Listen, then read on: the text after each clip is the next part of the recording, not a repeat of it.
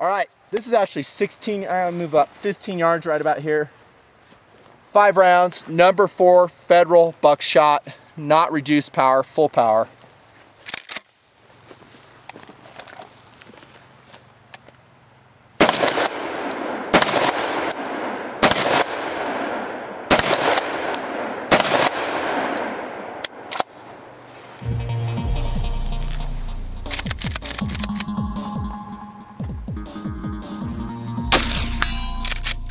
God, that hurts your cheek, doesn't it? It does.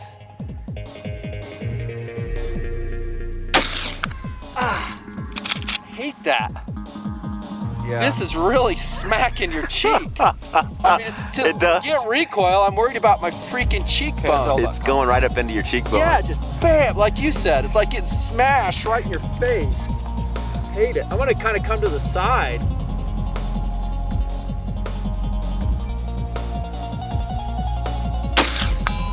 God, I'm done. And you know what? For me, I have to extend that stock all the way out. So I feel like I'm out like this. Gotcha. So, Testing the Knoxx Recoil Reduction stock. Officer Jared. Mark, set, go!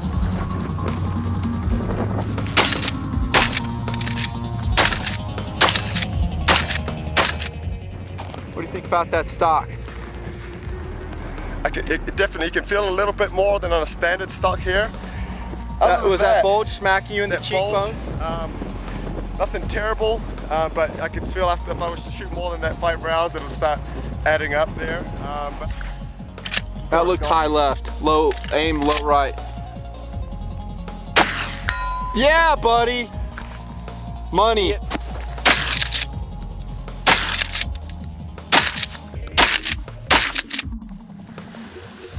All right, sadly missing. What's your thoughts on the Blackhawk recoil reduction stock? I think we mentioned some of it already. Yeah, I think it probably reduces felt recoil in the shoulder, but there's a nasty smack straight up off the stock into your cheek. Amen. So all it's doing is bottoming out in your shoulder and then pushing up. So for me, without a lot more rounds through it that are high power, I wouldn't be interested.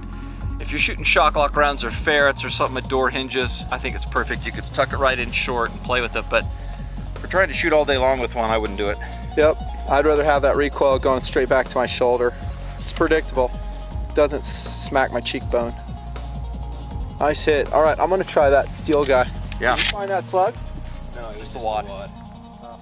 Hello world, friends of the Nutnfancy project. Thanks for watching. Nutnfancy here with another truthful gear review. Goes something like this. Have you ever had friends come up to you and with great enthusiasm recommend something that they think is totally awesome? Maybe it's a movie. Dude, it's one of the best movies I've ever seen in my life, they'll tell you. Maybe you have several of your friends back them up with similar reviews. You got to check it out. You're like, okay, man, I'm putting it on the list for sure. Maybe it's a place to eat. Oh, the best food, we eat there every week, they'll rave. You'll thank me later.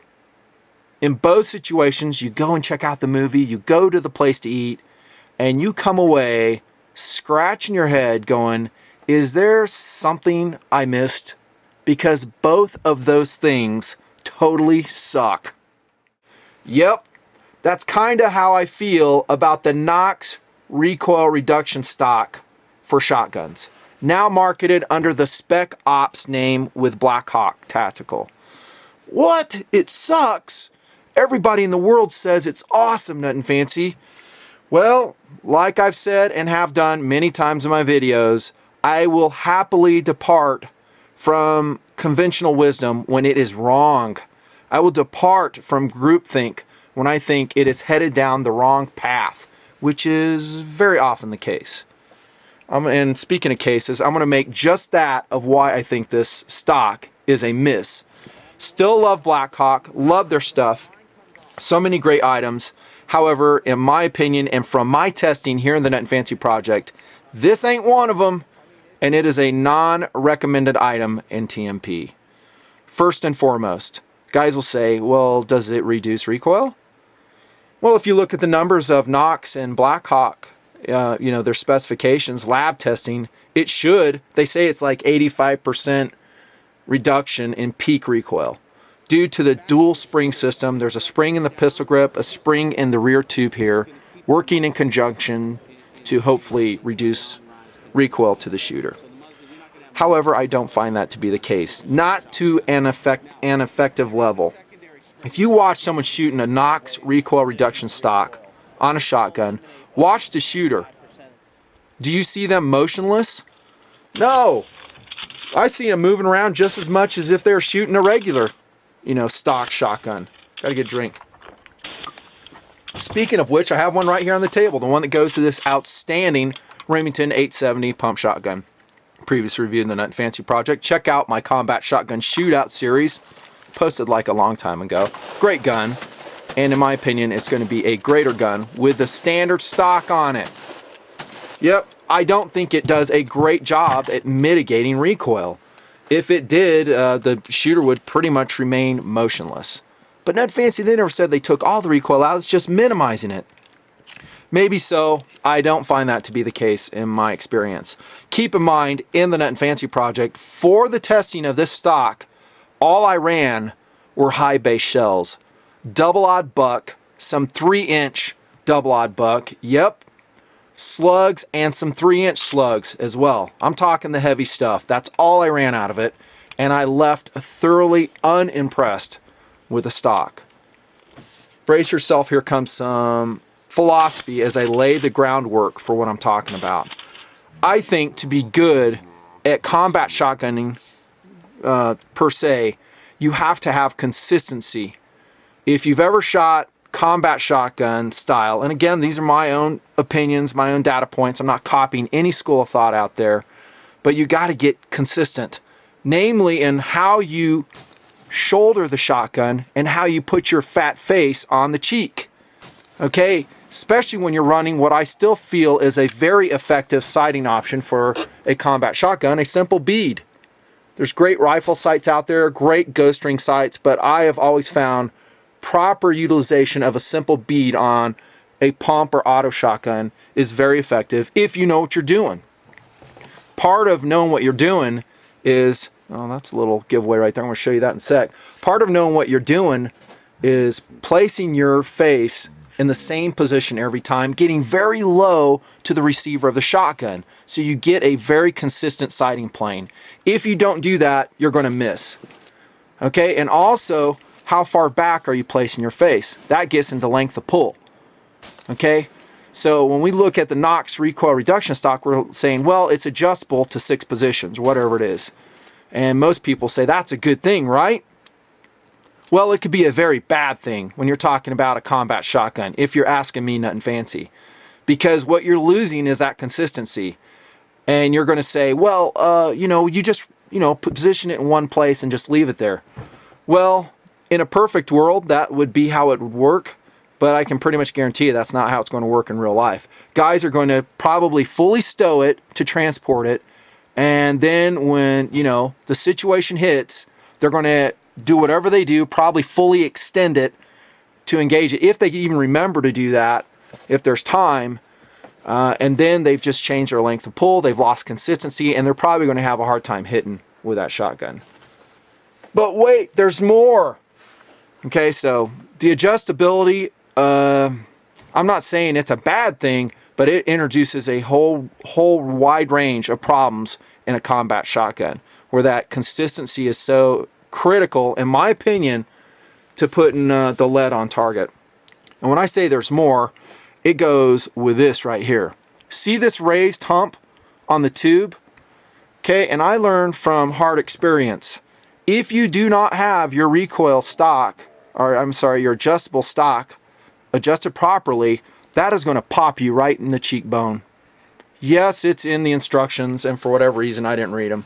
I just went out and shot them. I shot this stock like the year prior, didn't have a problem with it, hitting my cheekbone.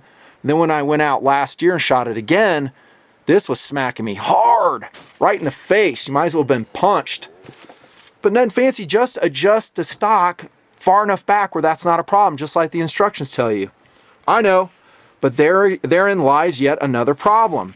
What you've just changed for me, an experienced combat shotgunner, been shooting them for well over 2 decades, is again, I've lost consistency. I'm used to putting my face very far forward on the shotgun, and maybe it's just me and my technique, and really snuggling up to it and really locking it into my shoulder. It's a high recoil weapon. I need to really minimize its movement. You with me?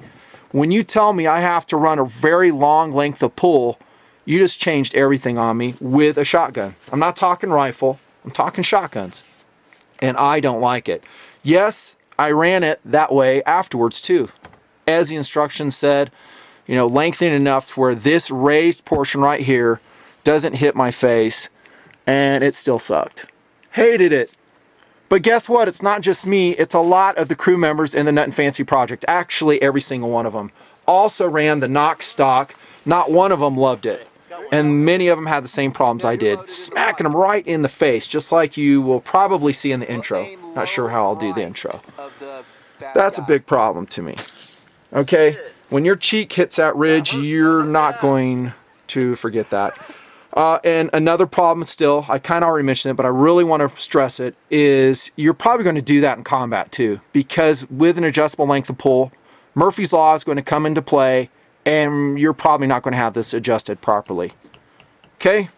Unless you just adjust it once and maybe glue it, tape it so it cannot move, then I would make the case, okay, now you have a consistent platform. Let me address this real quick too. Do you need a pistol grip on a pump shotgun? Guys will say, yeah, I love it. It gives me more control. All right, here I go, breaking with convention again. I say if you lack control on your pump or auto shotgun because you don't have a pistol grip, I say you need to learn how to shoot better. Sorry, you need to have better consistency. Concentrate on really pulling that stock into your shoulder, snuggling up your face to the stock, getting low on that sighting plane, because that's where your control is. This is just used to pull it back. Well, I like it because I can shoot the gun one-handed. Okay. Have you ever shot high base rounds with a shotgun one-handed? If you have, again, you're not going to forget it. It hurts. You will make the web of your hand very sore. It can be done, and in emergencies, probably not a bad tactic. But with a pump shotgun, you're already working the slide, so it is a two-handed gun, right? Yeah, 2 hands. Okay, I say on a pump, I'm sorry, not a pump, but an auto shotgun, a pistol grip makes a lot more sense. Okay, I can actually see that. It says, well, I like a pistol grip on an auto shotgun. I had a Benelli Super 90, actually owned 2 of them through the years, and I thought on that platform made a lot of sense. Pump shotgun, not so much, especially if you're working with a Mossberg or another shotgun that has a safety up here. 870 has it down here, more doable. Just a little bit of philosophy. Okay, another thing I don't like. Yep, plot still thickening. It is not a direct rearward recoil with the Knoxx stock. In fact, it changes the entire recoil impulse, I'll say. With this stock, it pretty much is. Come straight back. Yes, it'll hit hard with the high base rounds that I mentioned. And you can recover, get on with the war. With this, it introduces some weird movements that to me are more unpredictable.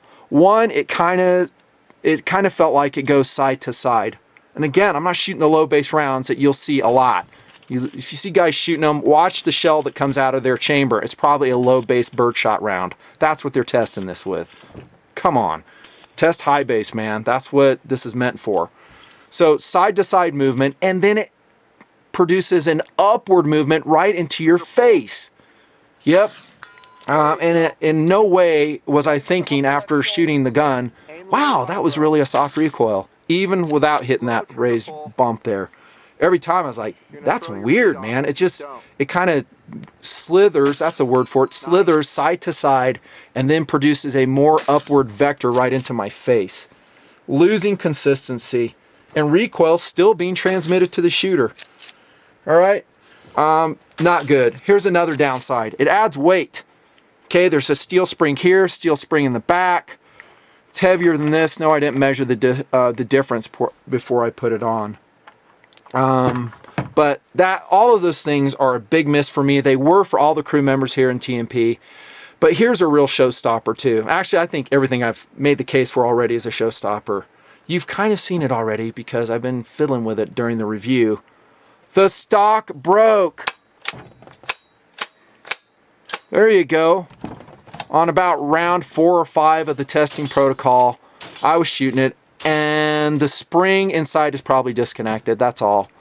You know, but in the instructions it says you will never have a need to undo the bottom cap or fiddle with the springs. Just leave them alone. It'll last forever. It doesn't say last forever, but it makes it sound like it. Well, guess what? You're in the middle of a firefight with your combat shotgun. You're a police officer. Maybe you're at a bank robbery. And what are you going to do when this happens to you? Well, that's kind of bothersome. But, you know, Not good.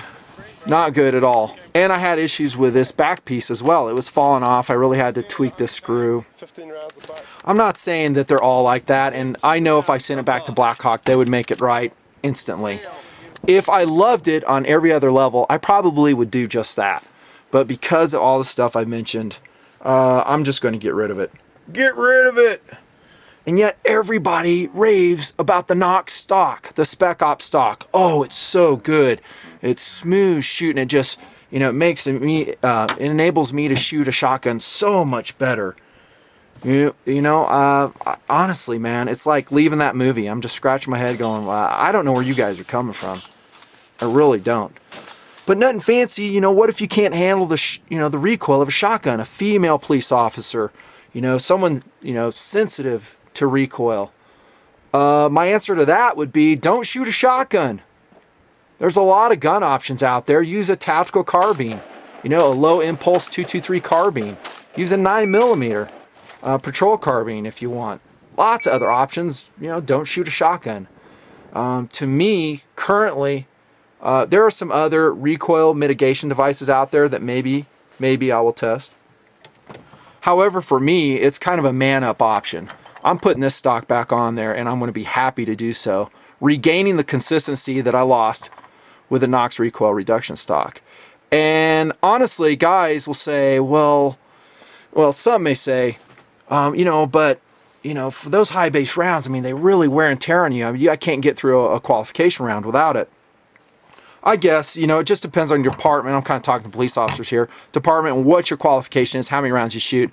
But in my experience, the amount of high base rounds that most, not all, but most individuals shoot is relatively low. Usually they're doing low base rounds. And if I'm in war shooting high base rounds, I'm going to suck it up. It's go to wartime. So what? I get a sore shoulder. I get some bruising. Whatever. I got to send those rounds on target. And because of the adrenaline, I'm not going to notice anyhow.